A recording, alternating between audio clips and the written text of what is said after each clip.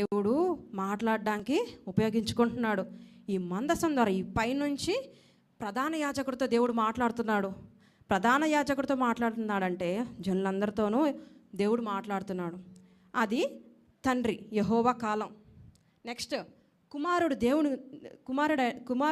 దేవుడు వచ్చిన కాలము యేసుక్రీస్తు కాలంలో దేవుడు డైరెక్ట్గా మాట్లాడాడు. ఎవరితోనూ? అక్కడ ఉన్న పట్టణస్థులతో. కొరాజినా, బెత్సైదా, కపెర్నహూమా అని చెప్పాడు కదా దేవుడు. ఆ పట్టణంల గురించి వారితో డైరెక్ట్గా మాట్లాడాడు. మూడోది, ఇప్పుడు యేసుక్రీస్తు వారు వెళ్ళిపోయారు పరలోకానికి. ఇప్పుడు ఎవరు మాట్లాడాలి మనతో? మందసం లేదు, యేసుక్రీస్తు కూడా డైరెక్ట్గా లేరు. 1 కొరింథీ, ఇది నాకు భయం పుట్టించిన వాక్యం.